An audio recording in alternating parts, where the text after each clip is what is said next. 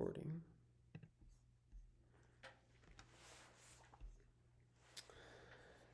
Hello, everyone.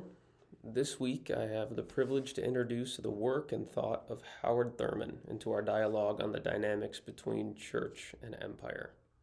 I'll begin with a brief summary of his life and influences, and then transition into his major contribution to theology and history. It could be argued, as you will hopefully discover throughout this presentation, that Howard Thurman was the ideological father of the 1950s civil rights movement. After reflecting on his critiques of both church and empire, I'll review a short list of resources I drew from for this presentation, should you take a personal interest in Thurman's work and ministry. It was a great pleasure to research Thurman. I hope this presentation evokes your appreciation for his theological contributions as well. Howard Thurman was born in Daytona Beach, Florida on November 19, 1899. He grew up in Waycross, one of Daytona's 3 all-black communities. His father had a stable job working on the railroad, but died from pneumonia when Thurman was 7 years old. His mother, a homemaker, supported Thurman and his siblings by running a laundry service on their property. Given these circumstances, Thurman was primarily raised by his maternal grandmother, Nancy Ambrose, who was born a slave. Ambrose would have the most significant influence on his life and journey of faith. At a young age, Thurman displayed an affinity for learning and academics. It was very uncommon for African American students to continue schooling beyond the 8th grade, the state-mandated requirement at the time. Thurman was one of the first black students to complete the 8th grade and the very first Daytona-born African American to attend high school. Thurman graduated from Florida Baptist Academy in Jacksonville, Florida, as valedictorian of his class. From there, he was accepted to Morehouse College for his bachelor's degree, where he developed a good friendship with Martin Luther King Sr.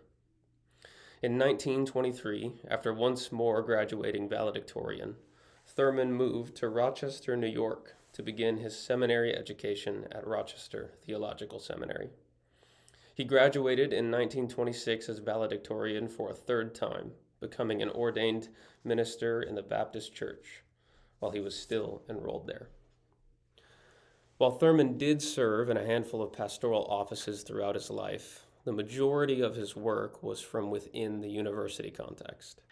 Most of his career, he served as a theological professor at Howard University and later Boston University, where he would have the opportunity to be a spiritual advisor to the Martin Luther King Jr., the son of his former classmate.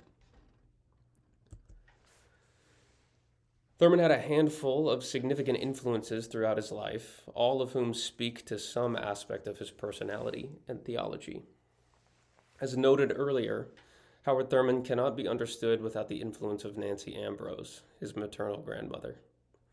Ambrose, who was born a slave, would occasionally share stories with Thurman of her early childhood, in particular, the occasions when their master would let a black slave come and preach to them. She told him that she always hung on the moment when the preacher would speak over them, saying that they were not slaves, but children of God. This reframing of identity was crucial for Thurman, who internalized at a young age his God-given dignity over and above the racist rhetoric of the 20th century. Thurman is also noted for his emphasis on mystical practices and contemplative approaches to worship. He wrote often of the oak tree in his backyard to which he would speak to directly, exposing all of his longings, questions, and struggles. Thurman found nature to be an environment that facilitated his prayer life. This mystical bend to his faith was further cultivated by the Quaker mystic Rufus Jones while Thurman was studying at Haverford College. Jones opened Thurman up to further to the idea that God could be encountered in many other spaces than the church.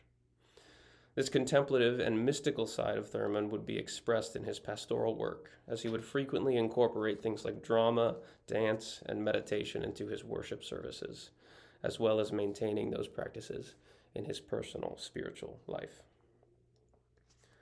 Thurman was also significantly influenced by his travel experiences in India and his interactions with Mahatma Gandhi. In 1935, Thurman led an African American delegation to India to speak all across the country about the Black American community and its struggles. Toward the end of the trip, Thurman had the opportunity to meet with Gandhi, who would be the catalyst for Thurman's emphasis on nonviolence. Thurman would return from India as a full convert to the practice of nonviolent resistance against 20th century racism. Martin Luther King Jr. is crucial to Thurman's influence insofar as Thurman arguably was his deepest theological influence. A friend and former classmate of his father, King had the privilege to be a spiritual pupil of Thurman while he was completing his education at Boston University. Thurman became a crucial mentor in King's life. The two would often correspond with letters of wisdom and encouragement throughout the civil rights movement. The nonviolent thought of Thurman would push King to follow in his footsteps on a 5-week trip to India. Like Thurman, King would return from his journey a full convert to nonviolence. King held Thurman in such high esteem that an urban legend suggests when King traveled, he would carry a copy of Thurman's book, Jesus and the Disinherited, wherever he went. We cannot understand Thurman's theological contributions without a treatment of his seminal work, Jesus and the Disinherited.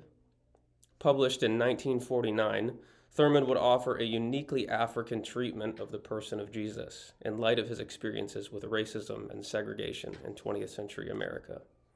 At that time, the typical conclusions about Jesus were employed in support of the powerful and the elite.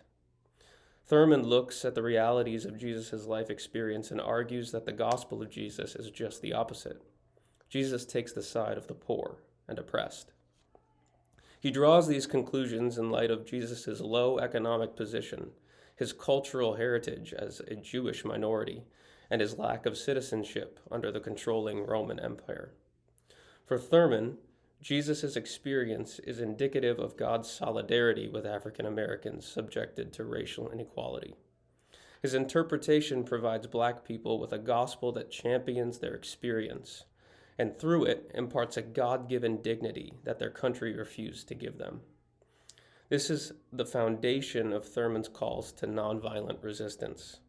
Black Americans can stand up in the face of violence because their true humanity comes from God, rather than a nation that refuses to treat them as equals. If any critique can be leveled against Thurman, it is his lack of an embodied engagement with the civil rights movement itself. This is likely why the majority of Americans have not heard of him at all. Unlike King, Thurman is never once seen on the front lines of civil resistance. Throughout the entire movement, Thurman remains in his academic cloister. This is perhaps to the sage-like role that he adopts for the civil rights leaders themselves, especially for King. When those on the front lines needed counsel and reflection, they made a habit of turning to Thurman for such guidance. Rather than leading the charge himself, Thurman provides a spiritual care to those who have embraced the leadership role.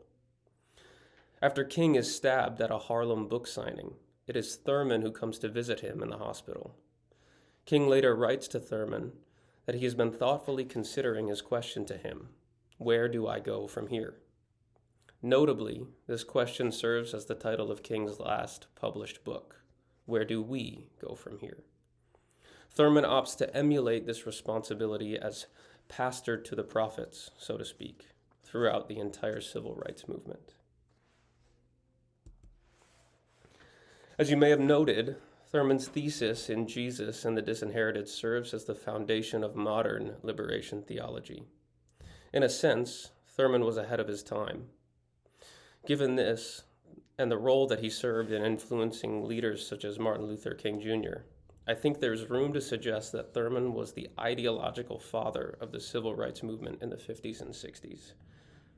If there's a critique of empire within his work, it's that empire is typically the mechanism by which peoples are robbed of their humanity. By extent, the church is at fault by virtue of its capitulation to the power of empire. The quote that I've posted on this slide, I believe, captures the spirit of both critiques well. Thurman writes, "It cannot be denied that too often the weight of the Christian movement has been on the side of the strong and the powerful, and against the weak and oppressed. This despite the gospel. Thurman's reinterpretation of Jesus as part of the disinherited serve as a significant challenge to that trend. The oppressed are able to find solidarity and dignity through the life and experience of Jesus that ultimately subverts imperial claims of power through a God-given dignity and humanity. If you found Howard Thurman's life or work to be of interest, I have a brief list of source material I drew from for this presentation for further inquiry. First, the Howard Thurman Digital Archive is an open-access webpage by Candler School of Theology that compiles a fantastic list of free resources related to Thurman's work. Most notably, a free digital version of Jesus and the Disinherited can be found here, and it's the first place I would go if you wanted to understand Thurman's theological contributions better. Following that, Boston University digitized a huge collection of Thurman's unpublished writings that you can find and access at the link below. Finally, for more visual learners, there's a 55-minute free-to-watch documentary on Thurman that you can access online that gives a very basic overview of his life and work. I hope you appreciated this brief look at Howard Thurman, and I look forward to discussing your comments and reflections. Thank you.